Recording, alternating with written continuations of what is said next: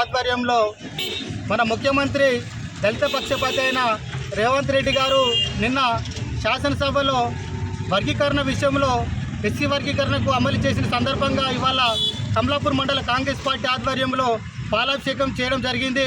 మరి కాంగ్రెస్ పార్టీ అంటేనే దళితుల పక్షపాతి అని మరోసారి నిరూపించడం జరిగింది.